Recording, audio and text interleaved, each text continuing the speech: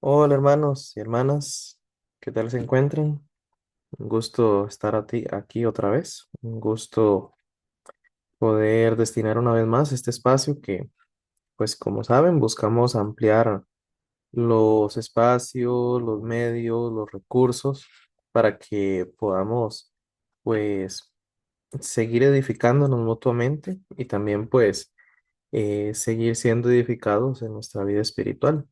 Así que de nuevo un saludo para cada uno de ustedes que nos ven tanto a la hora, digamos a las 7 que siempre lo compartimos, o quienes lo ven en otro momento, pues también un cordial saludo. De hecho, pues agradezco también cuando me han hecho saber que ven las grabaciones, que ven después los estudios, porque, bueno, eso hace ver que lo que estamos haciendo, pues de verdad está siendo utilizado por Dios para sus vidas. Así que también créanme que es muy reconfortante para mí poder hacer este pequeño esfuerzo de hacer llegar más la palabra de Dios. Recordemos, estamos en primera de Pedro más bien, capítulo 2 y estamos en una sección, digamos que como parte de la secuencia que hemos venido estudiando en Primera de Pedro. Es una sección dedicada a los privilegios que hemos recibido en Cristo. Y pues desde que lo que hemos venido viendo en el capítulo 1, ahora en el capítulo 2, Pedro está ocupado en realizar una serie de descripciones que son significativas, que dicen mucho de nosotros como comunidad. Valga también recordar eso, ¿verdad? Esto que estamos analizando en los versículos 9 y 10 son descripciones de la comunidad. Y esto es importante porque, bueno, hemos dicho que pues nuestra identidad individual, cada uno de nosotros, en ningún momento está desligada de nuestra identidad comunitaria. Nunca vemos que se hable de individuos o de creyentes que andan por sí mismos. En ningún momento. O sea, de hecho es antibíblico. Lastimosamente se nos hace normal, ¿verdad? O digamos que lo hemos camuflado pensando que con que yo haga o yo diga o yo actúe, pues ya con eso es suficiente. Pero estamos dejando de lado algo muy significativo, que es el resto del cuerpo de Cristo. O tomando los símbolos, las analogías de Pedro, estamos dejando de lado el resto del edificio. Estamos diciendo que nosotros somos una piedra de ese edificio, pero que en realidad somos independientes, o sea, no necesitamos de los demás. Entonces es bueno tener eso presente, ¿verdad? La identidad como comunidad, no como individuos, eh, pues, separados, individuos autosuficientes, no, más bien eso es síntoma de orgullo, arrogancia, la autosuficiencia, que es definitivamente algo contrario a la Dios suficiencia, ¿verdad? Así que tengamos eso presente y ojalá que sea parte de lo que tratemos, pues nosotros, ya que lo sabemos, lo meditamos, pues que también lo tomamos como parte de la tarea que tenemos de trabajar juntos para que la iglesia realmente sea una comunidad que refleje ser el cuerpo de Cristo. Así que bueno, haciendo ese paréntesis, volviendo, decíamos que estamos viendo varias descripciones que Pedro hace en cuanto a la comunidad de fe, en cuanto a la iglesia, en cuanto al pueblo de Dios, el pueblo de los salvos. Ya estuvimos viendo aquí las primeras dos descripciones, cuando Pedro dice, ustedes son, dice, real sacerdocio. No, más bien empieza, como vimos, dice el linaje escogido, real sacerdocio, y vamos a continuar hasta donde lleguemos con las que siguen, que en este caso vamos a ver la descripción de nación santa. Ya hemos hablado del concepto de la santidad, ¿verdad? Sobre todo cuando estuvimos en el capítulo 1 versículo 16 y anterior, cuando cuando dice que seamos santos como nuestro Padre es santo. Hablábamos en ese momento de que la definición básica de lo que es santidad es puesto aparte, que ya no es igual, ya no es común, tiene un valor diferente. Por eso es que no está dentro del montón, está puesto aparte. Y bueno, hablando de la santidad de Dios, pues por supuesto que la entendemos, ¿verdad? Dios es santo por el solo hecho de ser Dios, porque no hay nadie como Él. El ser humano ha creado dioses, ha creado más bien sustitutos de Dios, pero no hay Dios, no hay ningún otro Dios, ¿verdad? Em, y Él es único en su clase, es único en su esencia, es inigualable. Entonces, el solo hecho de que Dios sea Dios implica que Él sea santo, porque tiene un valor, una identidad totalmente que resalta por encima de toda su creación, ¿verdad? Y bueno, de la mano de la santidad, eso de ser aparte, pues también implica que en Él no hay pecado, ¿verdad? Que es sobre todo lo que, en especial lo que veíamos ahí en el capítulo 1, que la santidad tiene que ver con no estar mezclado. No hay, no en Dios no hay elementos que se combinan, no hay partes, es uno solo. Y eso pues implica entonces que es puro. En su momento hemos hablado que cuando estudiamos los atributos divinos, siempre es bueno tener presente que en realidad todos interactúan entre sí. O sea, un atributo está íntimamente ligado con otro. Entonces, ligado con la santidad está la pureza. O sea, que no hay maldad, no hay corrupción. Esto yo creo que, así como lo hemos hablado, pues es bastante aceptable, ¿verdad? Creo que ninguno de nosotros cuestiona la santidad de Dios. Lo que tal vez nos cuesta más es creer que nosotros somos santos, ¿verdad? Eh, es curioso porque nosotros tenemos como modelo la iglesia primitiva y buscamos ser la iglesia primitiva, ¿verdad? Y a lo que vemos en el testimonio de la escritura, Pablo, por lo menos Pablo en sus cartas llama a las iglesias cuando está haciendo su saludo a los santos en la iglesia, en Corinto, en Roma, etcétera. Sea, él está muy acostumbrado a utilizar la palabra santo y dudaría mucho que él utilice la palabra solo como por decir algo bonito. No, Pablo sabe el peso de lo que implica decirle a alguien santo. Este, eso creo que, como decía, ojalá pudiéramos, si realmente queremos imitar la iglesia primitiva, sería bueno, eh, pues, apropiarnos de esa palabra, así como nos llamamos hermano, hermana, eh, aunque a veces son como muletillas, ¿verdad? Que casi que si nos viéramos realmente como hermanos, habría mucho más interacción. Pero bueno, eh, así como utilizamos eso, podemos utilizar el concepto santo porque ya somos santos. De hecho, devolviéndonos un poco, como decíamos, ahí en el capítulo 1 de Primera de Pedro, en el versículo 15 recordamos que de hecho el llamado que hace Pedro es que vivamos una vida completamente santa. No es, él no dice que tratemos de alcanzar santidad, sino más bien que seamos santos porque ya hemos sido hechos santos, porque ya hemos sido llamados, dice el versículo 15, ¿verdad? Vivan una vida completamente santa porque santo es aquel que los ha llamado. Escrito está, sean santos porque yo soy santos, porque yo soy santo. Entonces, el llamado no es a alcanzar santidad, es más bien a vivir consecuentemente con la santidad que ya tenemos. Y eso, pues volviendo al versículo 9, cuando dice que somos, aparte de un linaje escogido, aparte de un real sacerdocio, dice que es una nación santa, somos una nación santa. No es que llegaremos a ser, No es que vamos a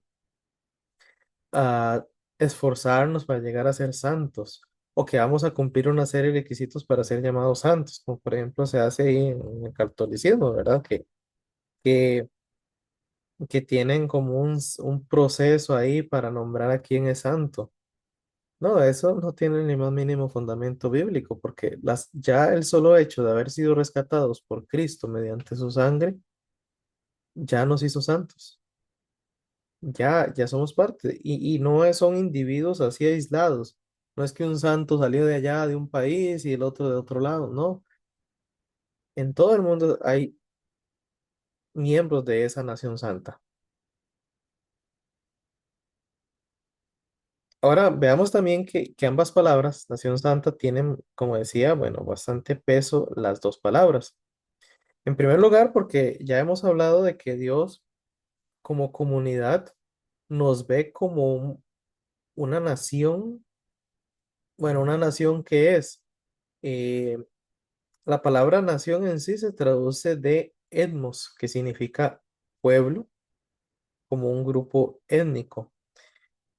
Entonces, digamos que un pueblo tiene, o en este caso, digamos, usando la palabra nación, está conformado por personas que habitan en un lugar determinado y que comparten características en común que se distinguen de otras naciones. Creo que eso lo entendemos bastante bien, ¿verdad? No es lo mismo un ciudadano de Costa Rica o un ciudadano de Nicaragua, de El Salvador, de Estados Unidos, ¿verdad? No son exactamente iguales. Hay cosas que compartimos, sí, pero también hay elementos distintivos de quién vive en una determinada nación. Entonces, viéndolo desde ese punto de vista, es lo mismo con nosotros como la nación santa, como sea, o sea, el pueblo de Dios. No somos igual a ninguno de los demás pueblos. Tenemos cosas en común con las personas de este mundo, sí, digamos que tenemos en común que todavía lidiamos con el pecado, que el pecado pues asedia día con día. Tenemos en común que vivimos en cuerpos mortales. Tenemos en común que estamos expuestos a sufrimientos, dificultades, enfermedades, preocupaciones, carencias. Y bueno, lo obvio, ¿verdad? Somos seres humanos, pero aún así ya no somos iguales. Éramos de este mundo, éramos conforme a esta nación, pero ya no pertenecemos a esta nación. Yo sé que posiblemente todos nosotros digamos, sí, yo sé que yo no soy parte del mundo, pero ¿qué tan delgado hilamos para realmente vivir acorde a lo que eso significa? ¿A qué me refiero?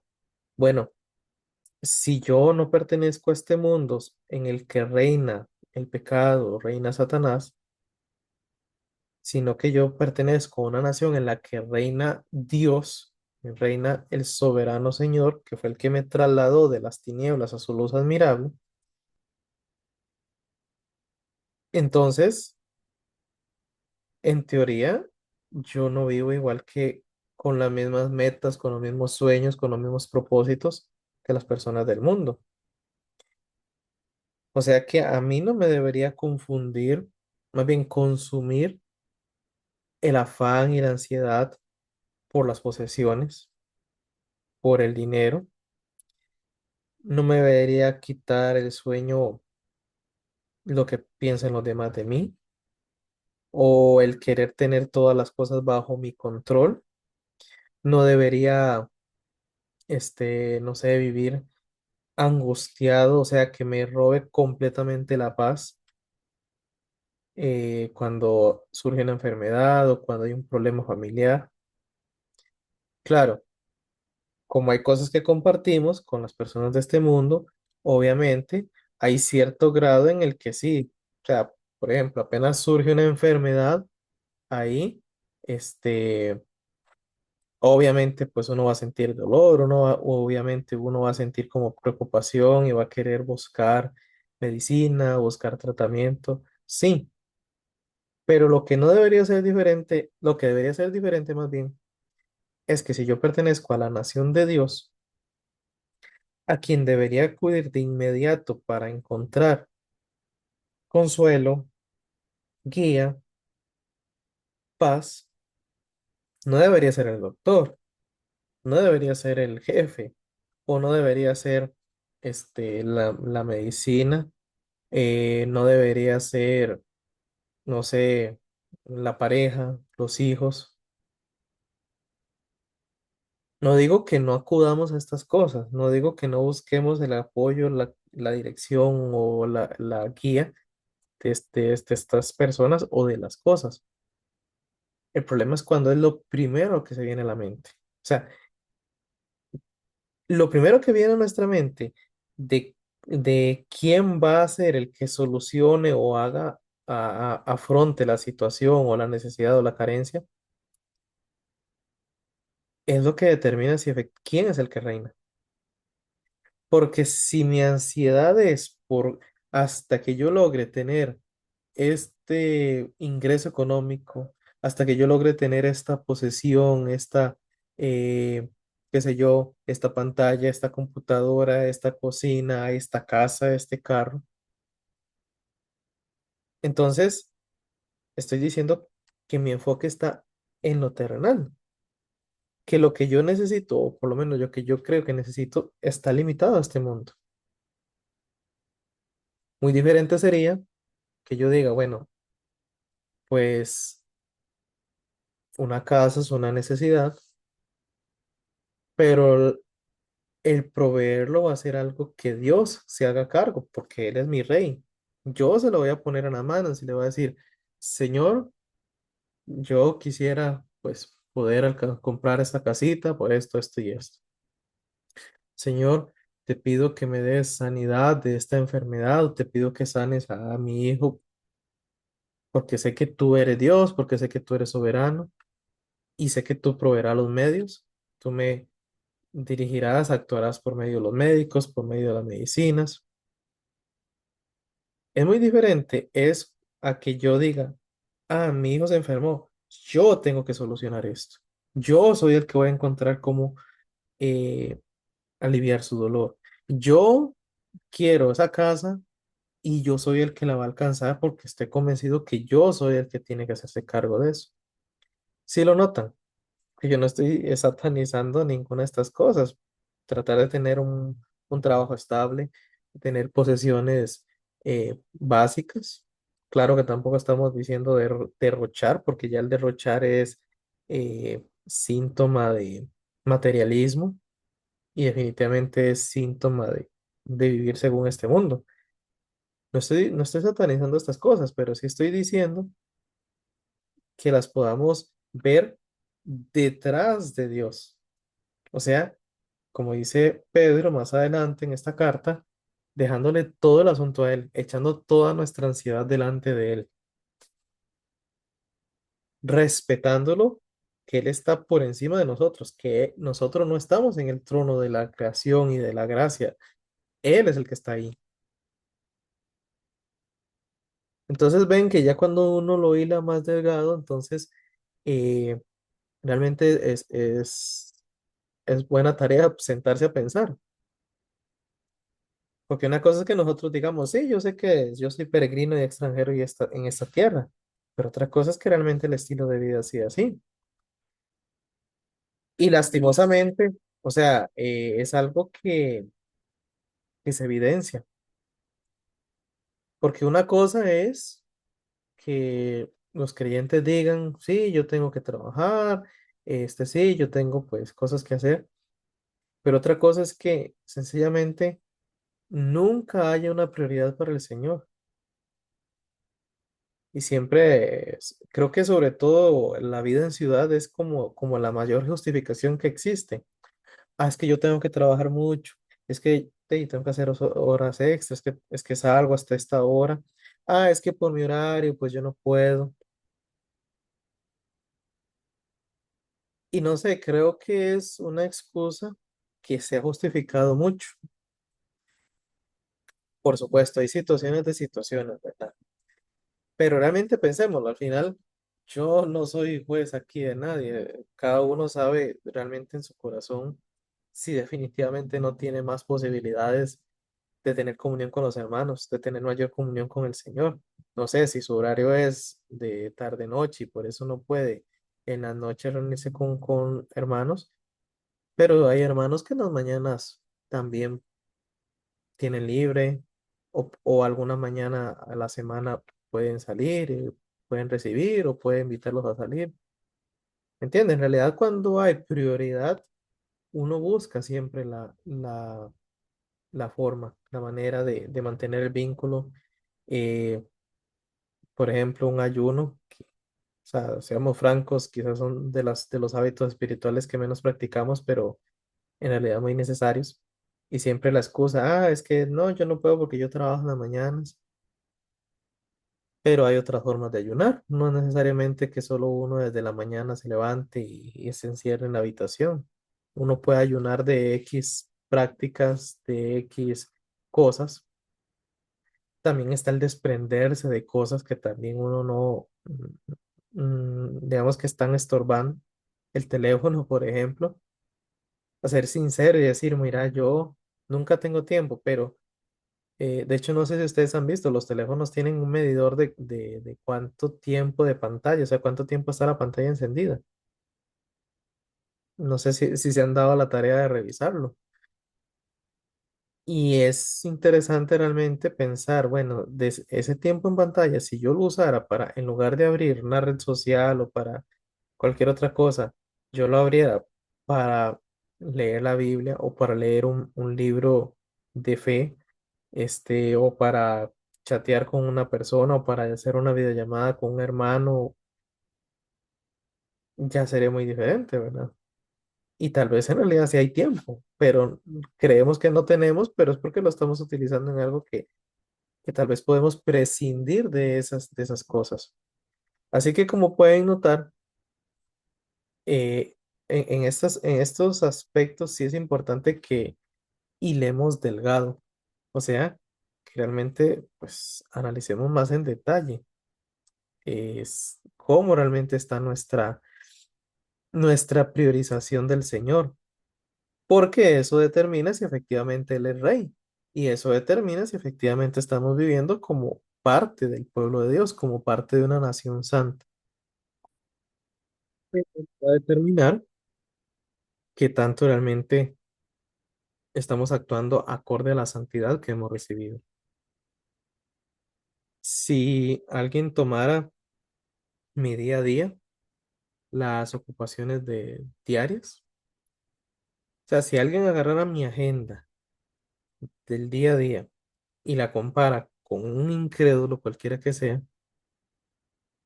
realmente qué tanta diferencia habría. O sea, eso es lo que hay que ponernos a pensar. Realmente qué tanto se notaría que efectivamente es la agenda de un hijo de Dios, es la agenda de alguien que ha recibido el privilegio de que ha sido trasladado de las tinieblas a la luz admirable. Porque si de verdad, o sea, ya dijimos, la santidad es algo que ya recibimos, pero qué tanto realmente estamos viendo como santos, como pueblo adquirido de Dios. Que esa es la frase que después vamos a seguir. Voy a retomar algunas ideas aquí, ahí para que vayan reflexionando un poco de esto que estamos hablando. Eh, bueno, el trasfondo de la palabra santidad ya lo hablamos antes. Eh, Creo que es bueno recordemos que la semana pasada cuando vimos la anterior, la frase del pueblo escogido, el real sacerdocio tiene un trasfondo en cuanto, en cuanto a Israel. Recuerdan que Dios le dice a Israel, ustedes serán un reino de sacerdotes, una nación santa. Entonces, siempre Dios ha querido tener un pueblo santo. Siempre Dios ha querido tener un pueblo que sea específicamente su pertenencia. Un pueblo con un propósito, que eso lo vamos a ver más adelante también aquí en este estudio, que es para anunciar sus virtudes, anunciar quién es Él. Es lo que tenía contemplado Dios con Israel, como sabemos, debido al pecado, a la incredulidad. Entonces Israel pierde ese privilegio, ese enorme privilegio de ser el pueblo escogido de Dios. Y si nosotros vemos sobre todo, pues la historia, especialmente desde que son sacados de Egipto, durante el tiempo en el desierto y luego cuando conquistan la tierra prometida, ahí más o menos nosotros no podemos notar los privilegios, o sea, qué significa, qué implicaba ser pueblo de Dios. Él les proveía de sustento, Él les protegía a los enemigos, Él les permitió que en forma simbólica Él habitara en medio de ellos, en el tabernáculo. Por ahí en Deuteronomio dice que mientras anduvieron en el desierto no se desgastaron sus sandalias.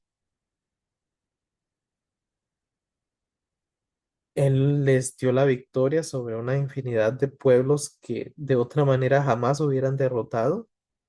Él actuó milagrosamente para darles, cumplir la promesa que él había hecho. Y a pesar de que en todo ese proceso había mucha crítica de ellos, había mucha duda, mucha incertidumbre, mucha queja, pero como él los había escogido como su pueblo, entonces él actuaba acorde a ello. Hasta que llegó un punto, después de muchos llamados, porque hasta eso, el pueblo de Dios, hablando desde primero desde Israel, el pueblo de Dios tiene el privilegio de que recibe de parte de Dios una inmensa gracia, porque al pueblo de Israel se le dio gracia infinitamente, o sea, tanto tiempo, desde el principio ellos pasaron quejándose y aún así fueron siglos que ellos vivieron, ese pueblo existió, y en los cuales Dios les llamaba una y otra vez por medio de profetas, por medio de reyes. Él hizo el llamado para que actuaran acorde a lo que eran, un pueblo, una nación santa. Ya fue cuando definitivamente ya gastaron toda la oportunidad, y fueron muchos años de eso, que Dios entonces decidió trasladar, o más bien no decidió, porque ya lo tenían contemplado, digamos que Dios llevó a cabo lo que él ya sabía que iba a ocurrir, que ya no iba a ser una nación de sangre, digamos, no iba a ser un pueblo terrenal, sino un pueblo espiritual. Y trasladó ese privilegio ¿a quiénes? A nosotros.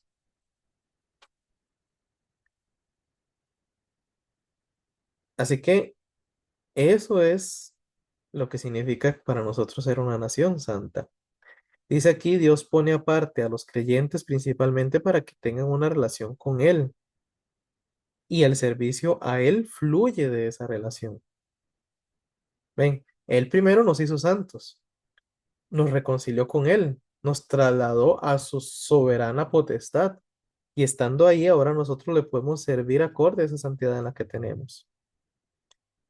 Sin embargo, también tener presente, nosotros ya fuimos hechos santos, pero como ya vimos antes, hay un llamado a actuar en consecuencia con esa santidad, a colaborar con esa santidad, a que nuestro estilo de vida realmente evidencie que somos santos. Y eso implica, pues obviamente, por un lado, dejar el pecado, dejar la práctica del pecado, que realmente dejemos hábitos no solo de hechos, sino de pensamiento, que son actitudes pecaminosas, actitudes que son normales para un incrédulo, pero en nosotros no debería ser normal la actitud de egoísmo, de materialismo, de individualismo, de soberbia, de orgullo. No debería ser algo que normalicemos, debería ser algo que también constantemente estemos pues rindiéndole al Señor y diciéndole, Señor, sigue trabajando en nosotros, sigue trabajando en mí para que yo deje actitudes. porque quizás esa es la parte, digamos, que más nos cuesta, ¿verdad? Tal vez no es tan complicado no ir a un prostíbulo, no ir a un lugar, de prácticas, pues, dudosas. Tal vez para nosotros no sea difícil, no sé, participar de violencia, qué sé yo, pero sí es muy fácil. Recordemos que eso es lo que Jesús enseña en el sermón. En la mente sí es mucho más sencillo y a la vez por eso es que es más difícil dejar esos hábitos de pecado de pensamiento, pero también tiene que haber santidad en nuestras mentes. Así que, bueno, leo aquí textual de este comentario ya para ir terminando. Dice, en el aspecto posicional de la santificación, o sea, en el hecho de que ya nosotros hemos sido puestos aparte, ya hemos sido hechos santos, entonces dice que Dios reconoce a los creyentes como separados del castigo del pecado, pero en el aspecto progresivo y práctico de la santificación, o sea, la santidad que todavía está en proceso de ser parte de nosotros, el Espíritu Santo se está haciendo cargo de eso, mientras nosotros actuemos también acorde a esa santidad. O sea que no es solo dejarle la tarea al Espíritu, sino que nosotros también estamos buscando vivir en el Espíritu, actuar conforme al Espíritu, realizar prácticas espirituales, para que así cada vez seamos más consecuentes, acorde a la santidad que ya recibimos, para que entonces de verdad actuemos como una nación santa, un pueblo que ha sido puesto aparte por Dios y que para siempre le pertenece únicamente a Él. ¿De acuerdo? Oremos. Padre, te agradecemos por la enseñanza, también por recordarnos hoy en especial que pues no somos parte de este mundo. Ayúdanos a estar atentos y vigilantes porque a veces es muy sutil la forma en la que podemos olvidar esto y asumir un estilo de vida que es más similar al de los incrédulos y las personas que no han sido salvos. Ayúdanos a recordar quiénes somos y el alto precio que se pagó para que eso fuera posible, para que lo apreciemos y realmente nos dediquemos a ello. Gracias te damos, Señor, y oramos en Cristo. Amén. Nos vemos Dios mediante el día de mañana, entonces, hermanos. Ha sido un gusto compartir con ustedes. Tengan muy buenas noches y bendiciones.